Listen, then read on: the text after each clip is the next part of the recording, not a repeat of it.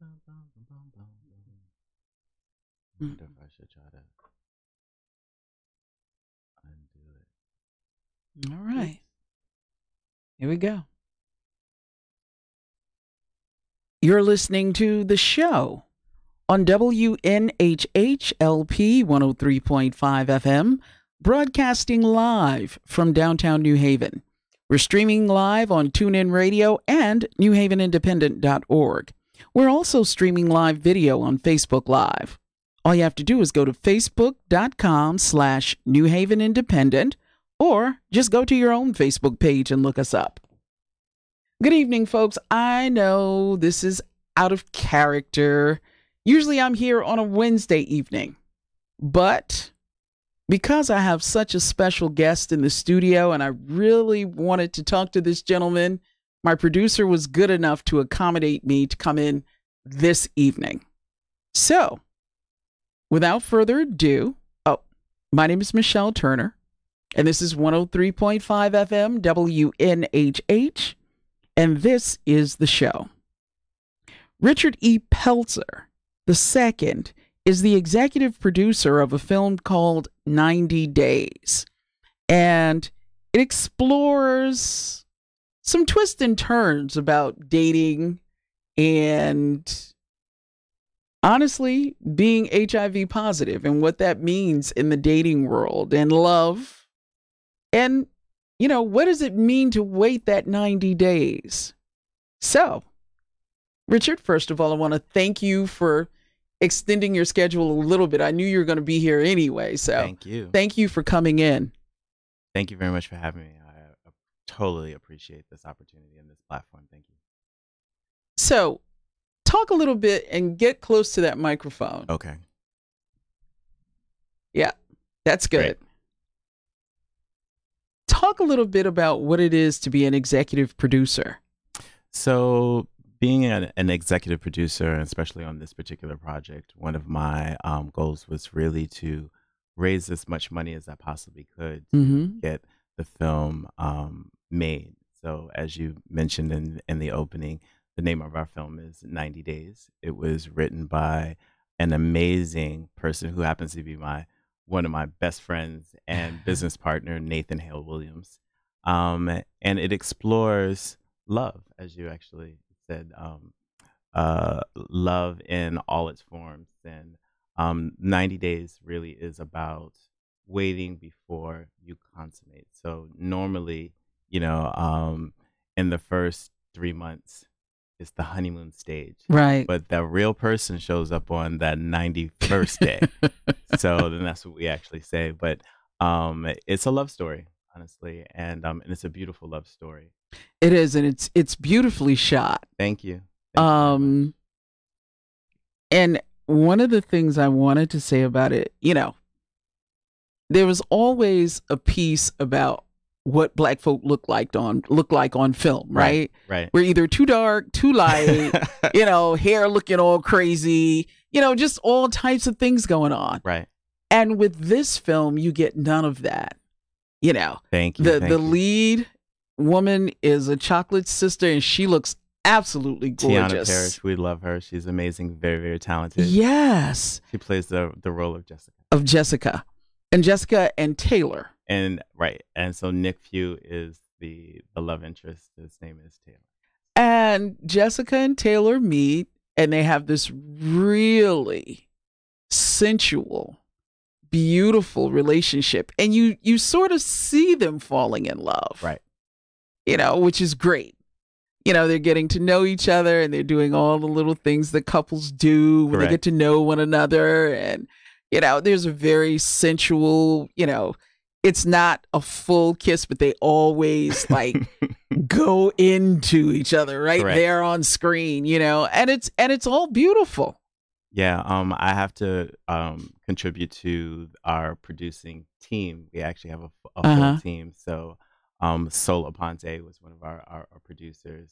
As I said, Nathan was not only the writer, but he was the co-director. And our other co-director was Jania Frederic Aponte as well. So They shot a beautiful film, and that was one of the things that we really wanted to make sure that no one could really discount this Talking to the project. mic. Could not really discount this project. Yeah. So, as far as the light is concerned, the way that we actually shot it, the theme, I have to really take my hat off to our producing It's team. beautifully shot. Thank you. And if anybody wanted to go to the website as we're talking, you can go to 90daysthefilm.com, and you can see the trailer, some of the images and the pictures that we actually have as well. So I just wanted to say that.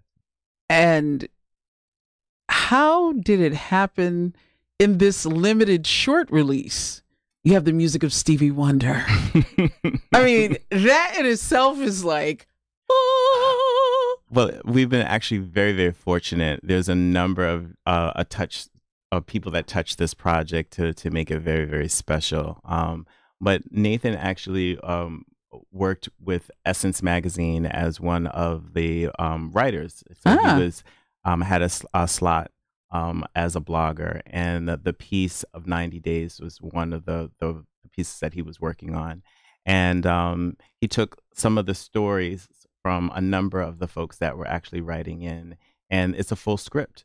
So it's a full feature film that we were looking to actually shoot. And as we were raising the money, we came up with the ideas, let's actually just do the short film. So what you're actually seeing is like the first 15 minutes of the full feature film. And some amazing people, started to touch it, as Taylor's mother, who is actually in the film, happens to be Pauletta Washington, Denzel Washington, and she's an amazing actress, and she lent her time to be a part of this project. And she really plays the role of mom. Yeah. She really does. And so we were very fortunate to actually have some people to really help us with this. Even when we were raising some of the money, the CDC helped us with some of the information and the facts. We were also working with another organization called HIV Stops With Me. So they actually helped us. And then also AHF, if you guys are familiar with the AIDS Healthcare Foundation, based in Los Angeles. So there were a number of institutions and organizations that came to see our vision. And when it was finished, really gave us another platform of sharing this story to a number of folks that probably wouldn't be really talking about it. So the way that it ends, it really is a part of the conversation that the team actually put together. So now we have to give a little backstory in this as far as it getting to New Haven.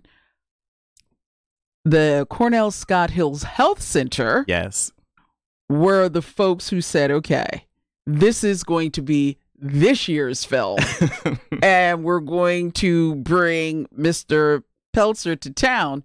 But the funny thing is, you had no idea that you were even going to be contacted. They found you. Yeah, they found me and found my cell phone number, which is very rare. Normally, people would, reach out to Nathan or reach out to some of the other producers. But somehow, those guys found me, found my cell phone number. And I'll never forget, I was in Miami and I picked up the phone and they were like, we were reading about, this film and we would love to bring it to New Haven. And I was like, wow, that's interesting. So we've been working on that process for just about a year. Wow. And, it all worked out. And the timing was great, and two Overflow Studios last night at the Criterion. It was like 3. I was running from studio to studio, so I felt, great. Yeah, because I think the thing is, day before Valentine's Day, right? This is a town that has been affected by HIV/AIDS. Yes.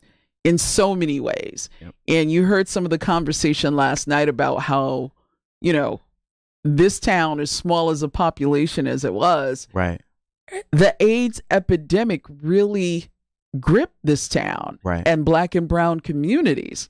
And I think for the most part, while people are beginning to move away from remembering how that was, most people who are living with the disease and most people who had families affected by it, right, really remember. And so anytime that there is something like this, people respond because we remember. Yeah. But you've been doing this around the country. We've been doing it around the country, and as I said, when we first started the film, this was a tool for us to get in front of other producers, other production houses for us to try to finish the film, and it took a life of its own, honestly, and we've entered the film into at least 45, 50 different film festivals. And you just about won and about one 45, almost, 50. And so we were getting contacted by a number of people that said, we would like for you to bring this to, our town, our city, my church, my school. And it's a complete thought at this point in time. Yeah. Nathan actually says it's really a complete thought. And we've now had the opportunity of engaging a number of different people, such as the folks here in New Haven, and it's been very, very exciting. One of the things, the challenge that Nathan and Jania actually gave to me, because out of all of the producers, I'm the only producer outside of the Hollywood or California area. So I represent, pretty much the rest of the country. And yeah, we would go to some of the larger cities, LA, Atlanta, New York, which is to be expected. Yeah. But we are now seeing that there are a number of folks, New Haven, Memphis, Denver, a number of people have been asking us, is there a way that we would be able to showcase this in a very, popular kind of way, red carpet, the way that we did it yesterday in the movies with the popcorn and the soda, and then having a real dialogue behind the conversation. I mean, we still are dealing with stigma, as you mentioned before. We were still dealing with a number of people not really understanding or knowing the history or the resources that are available to them. When you get a chance to see the film, I mean, it is 19 minutes. Jessica, check out the trailer. Have a very heavy dialogue that she actually, enlightens, and some of that we talk educates. About prep. We talk about, a number of different things that you would think that in 2019 that people would actually really know, and then unfortunately, there are still a lot of folks that don't really have or know about this information. And all, as a filmmaker, and I'm really just talking about myself, I just want to be able to get it to as many different platforms that I would possibly can to insert ourselves to have the conversation. And the conversation at this point in time, folks are saying, yeah, I really want to be able to see that, or I want to be able to talk about it. Yeah. And I think that's the other thing. One of the responses that I picked up on yesterday when we were having dialogues about this is that most people feel that there still needs to be a healthy amount of education around this disease. For some strange reason, we've stopped educating our community in regard to AIDS and HIV. And there's a lot of different things that people don't know. And that is reflected in the male character. As far as his knowledge. And while I don't want to spoil it for you all, but in the conversation, you can clearly see that if there were anything that was learned, he doesn't remember it. He's in such shock for the knowledge that he gained in that moment. That he doesn't think about, and it also leads to a lot of other questions. It does lead to a lot of other questions. And again, I mean, I take my hat off to Nathan for writing such a powerful piece. And even the team of actually really pushing through the conversation. Because again, if we think about it, HIV and AIDS have affected our community for almost 35, almost 40 years. So it starts to get to a point where, okay, do I need to really talk about this? And we're actually saying, yes, we really do need to talk about this.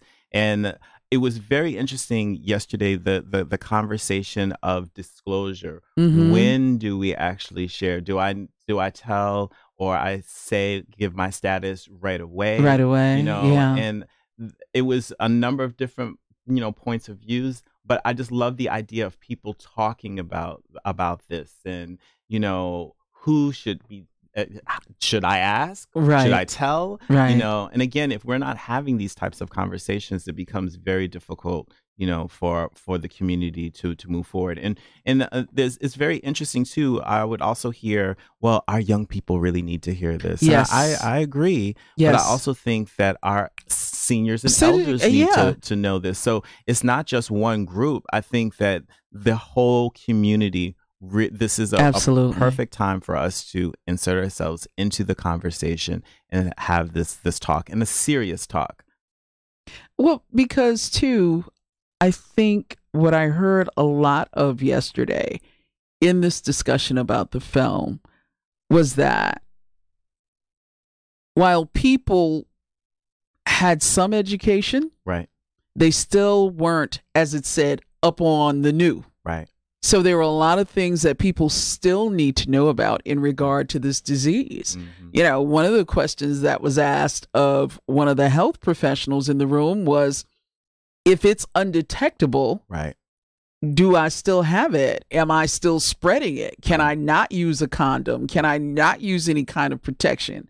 What happens if I am without any antibodies and I stop taking my meds? Right.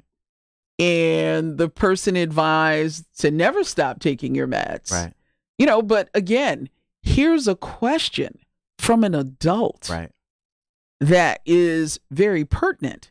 So it just shows that, yes, maybe now is the time to start talking about this again. Yeah. And to start to have these conversations again.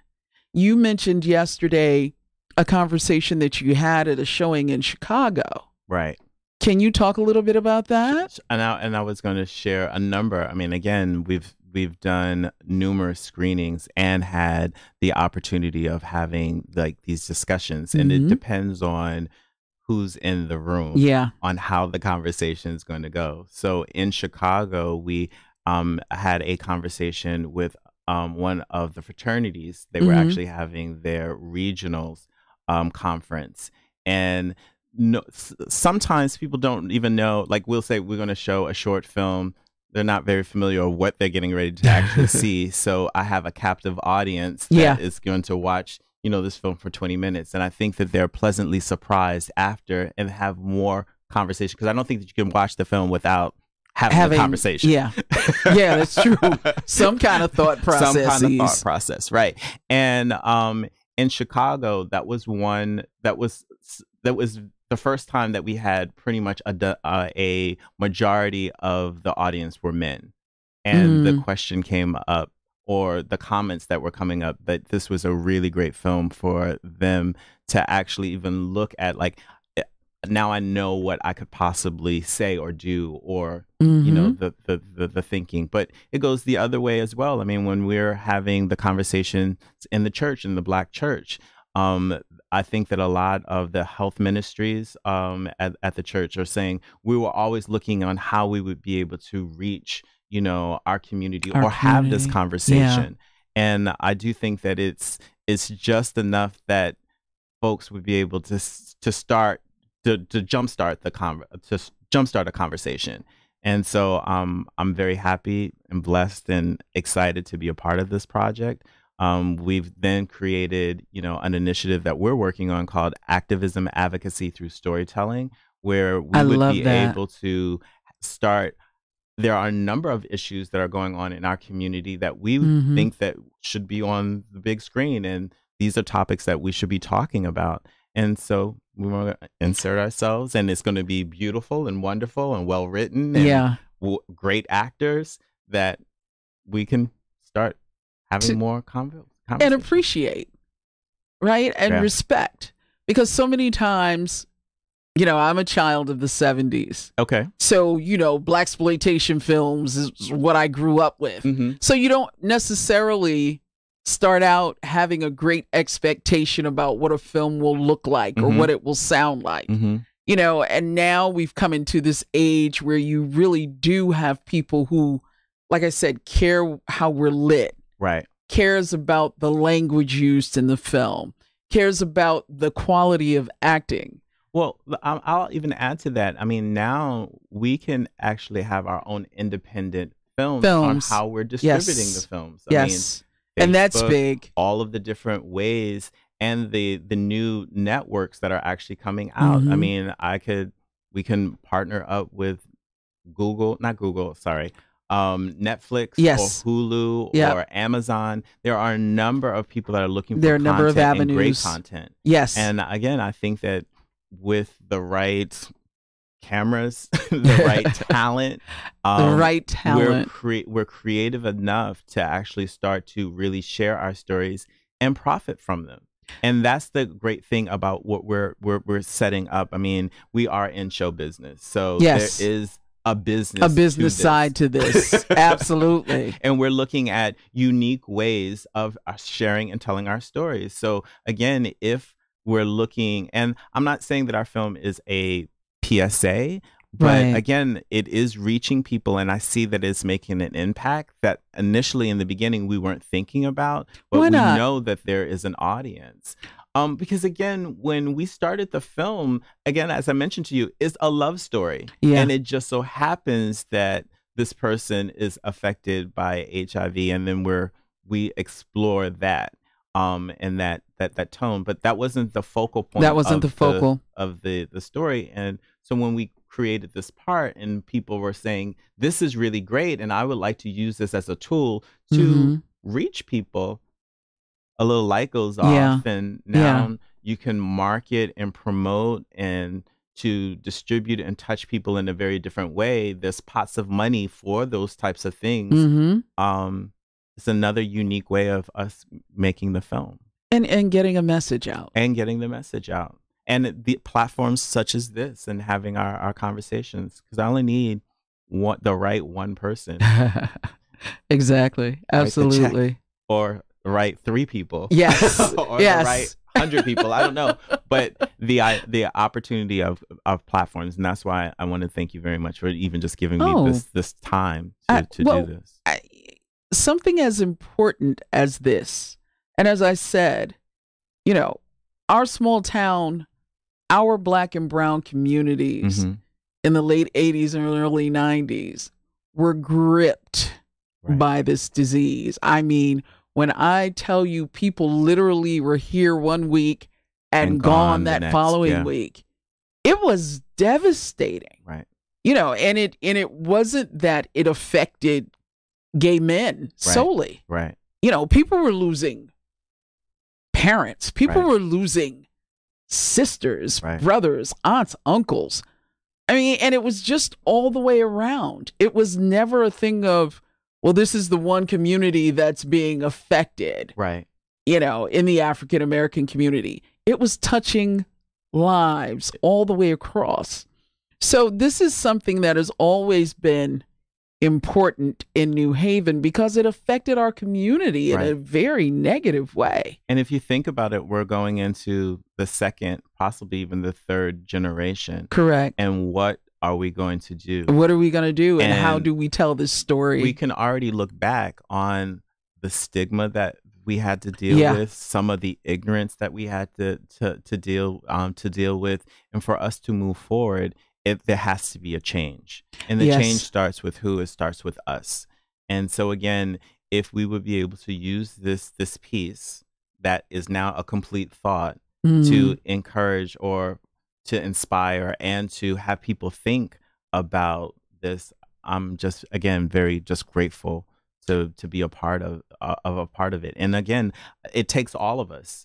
The great folks, you know, at the health center who are saying, you know, Richard, whatever we can do to help, we want to actually do it because we want as many people as we possibly can to come through the doors to say that we have these resources. And again, I was just so proud that 3 theaters, you know, yesterday were full and folks were engaged. And I'm running from theater room to room, you know, on talking about, you know, the film and what's next and, you know, what can I actually do? And the idea is to share this information, with the next one, each one teach one. So.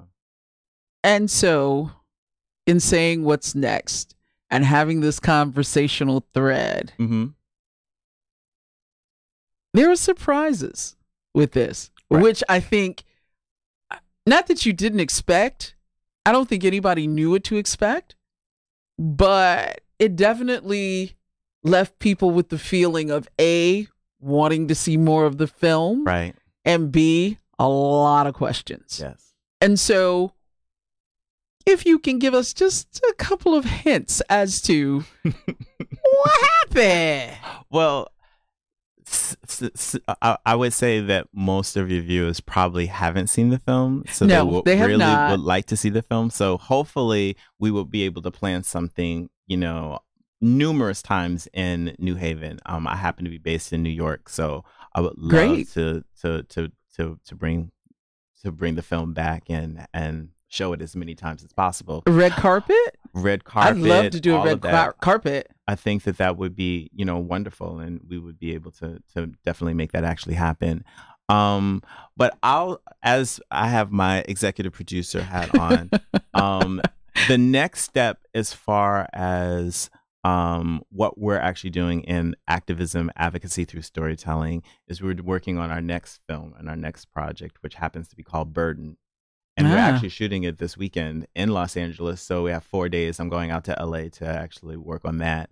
And it's also another social justice piece that we're actually doing. And it's us walking in the shoes of one Black man for a 10-hour period. So you get to see him as he gets up, as he goes home, on all the different things that he actually has to deal with. So when we talk about, diversity and inclusion, what does that really mean?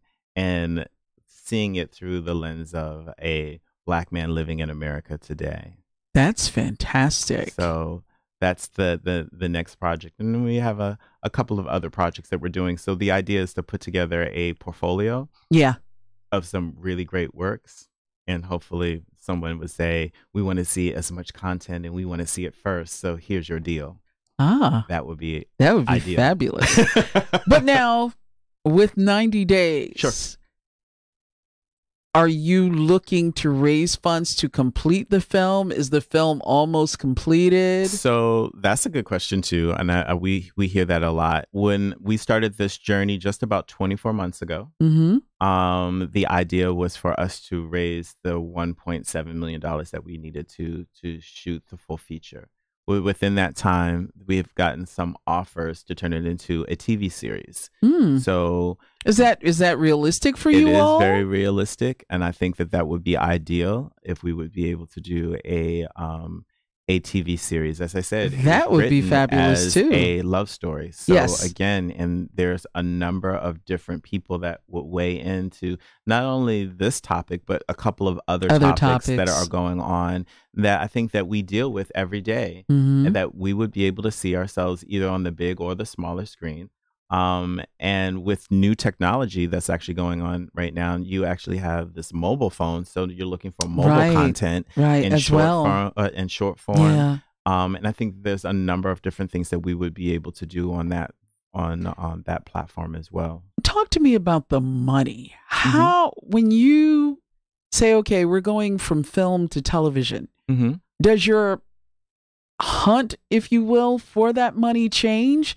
Do you have to look at different avenues as opposed to the way you would for film? Or not really? Not really. I mean, the idea is for folks to invest in you. So it's not always so much about the project. It's about, I like what you're doing. What do I need to help you complete more of this? Whatever this happens to be. The great thing about me, I work with some very talented, folks at this point in time. And I really want to be able to be in position to say, I just want you to create. And as an executive producer, that's what I love to do. So one, marketing, promotion, just getting out, developing an audience. And that's, every single person that I touch, I really want them to actually know we're doing this for you.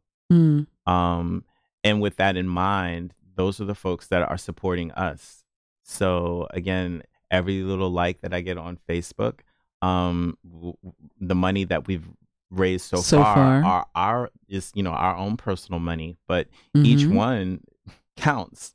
So when it comes to television, yes, we would love for a network to come in and saying, hey, here's an advance, we want you to create this. Or if it's a film, there's a couple of other producers that are going to put up some money and say, we would like for you to continue this, and we're going to stream it here or distribute it this way. And I'm sure you would not turn down an offer from Netflix or Hulu, or if it's the right one.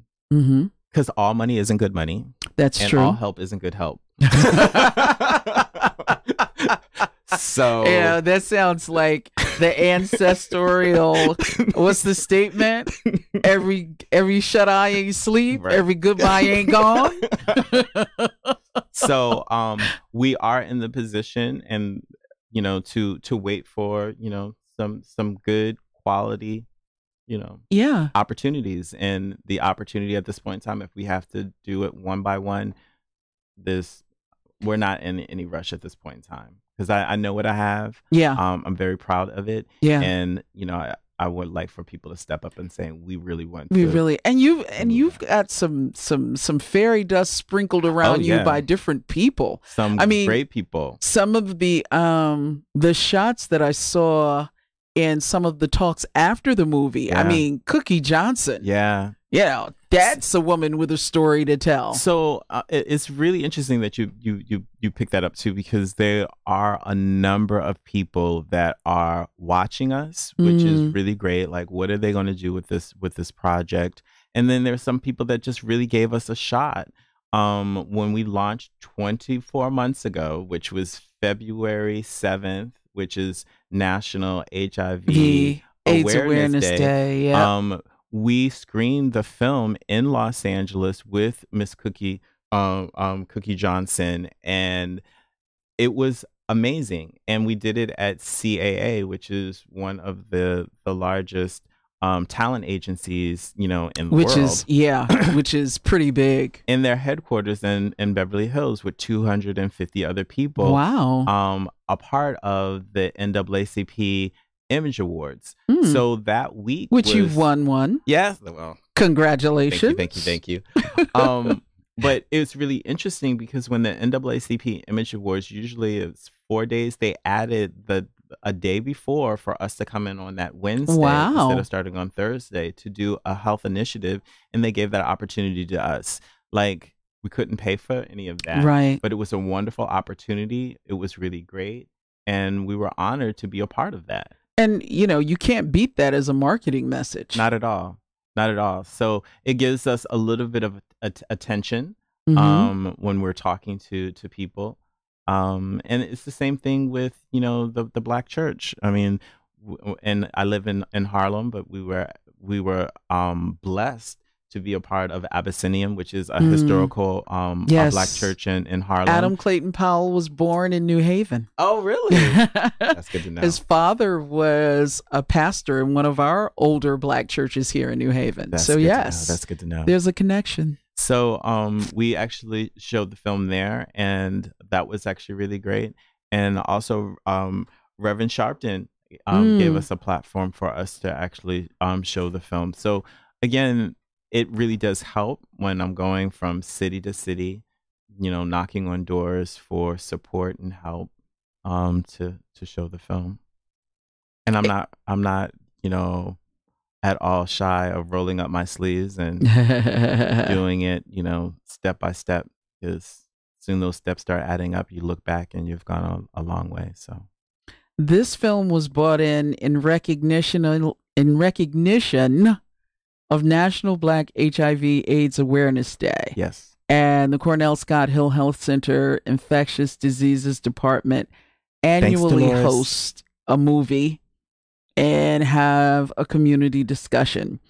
And let me give you some facts about HIV through 2016 in Connecticut. And I'm going to try to get this real quick.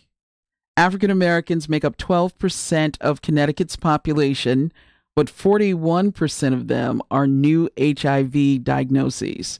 Hispanic Latinos make up 16% of our population in the state, but 31% of the new HIV diagnoses. New Haven's demographics.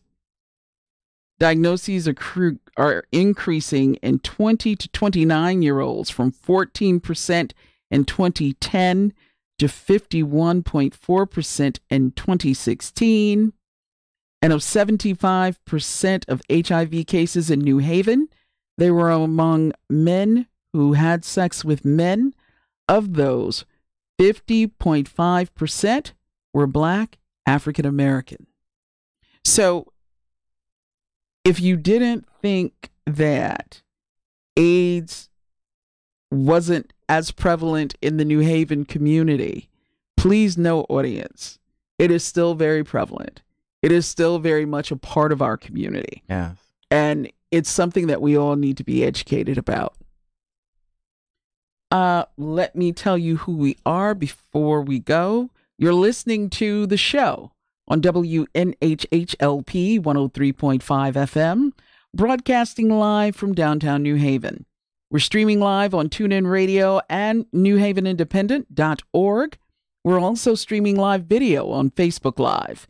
Just go to facebook.com/New Haven Independent, or just go to your own Facebook page and look us up.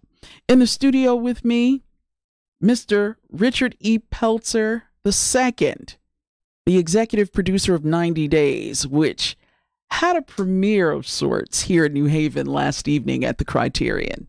And if there's anything, even though it's obvious, when someone looks at the trailer or sees the clip maybe somewhere else, what do you want people to take away from this? What do I want people to take away from this? Well, first I want to say thank you very much for even stopping to look at the 1 minute and 30-second trailer. I really appreciate it. But hopefully they would be able to actually share the information. It's been a wonderful journey. Listening to people say thank you very much for sharing my story or giving me the platform to see myself on screen. So again, just the opportunity, and that's what really gets me going on every day of just sharing this amazing topic and story. Now, is it still going around the country? Yes, I'm looking to, hopefully in the next couple of weeks. We really are looking to tour it as much as we possibly can. I really want to be able to create a weekend that I would be able to go into a particular city or an area for a Friday, Saturday, Sunday, Thursday, Friday, Saturday, Sunday, or something to that effect, and do multiple screenings. So at a church, hopefully different people would be able to host us, fraternities, sororities, different schools, health centers, hospitals. And then maybe do one signature, as you said, a red carpet, where if some of the actors or some of my cast members would be able to participate to add to the conversation, I think that would be really great. And of course, we're on that list. Yeah. Of course, we're on that list. So just want to shout out Cornell Scott Hill Health Center, Delta Sigma Theta Sorority Incorporated, the New Haven Alumni Chapter. Oh, whoop. University of New Haven, NAACP, Southern Connecticut State University Multicultural Center, the New Haven Mayor's Task Force on AIDS, the Yale University African American Affinity Group, and the Yale University Black Student Union. Thank you all for putting time and energy into bringing this project to New Haven. Yes. And Mr. Pelzer, thank you so much for answering that call and saying yes. No, thank you. And coming to New Haven. I appreciate it. Again, for everyone else, if you go to 90daysthefilm.com, we're on almost every social media platform, Facebook, Twitter, Instagram. Tag us. Share your images and pictures if you were at the screening yesterday. Yes. I appreciate that. Yes. And then definitely invite You can go to our Facebook, our website to sign up for our newsletter. I will definitely keep everybody informed. Yes. If you want to go to my email and write me, it's richard@harlem2020.nyc is my email address. And yeah, that's it. So thank you very much for having me. Thank you, Richard. It was not as painful as I thought. I told you, I'm it wouldn't be. that person. I mean, I leave it up to Nathan and Jania. They're the stars. Yeah, well, but, guess what? I love the opportunity. Guess what? You've taken in their vapor because you did pretty good. You did pretty good. Thank you. Thank you again. Richard E. Pelzer is the executive producer of 90 Days, a love story. And I'll put in here with a twist. So definitely check that out, especially because it's Valentine's Day. Yes, you should look at it. Michelle. Thank you. Happy Valentine's Day, Richard. Thank you. Enjoy. And this has been the show, 103.5 FM, WNHH, New Haven Independent.org. Bye, Harry. Thank you, Harry. Appreciate you. This has been a special edition of the show.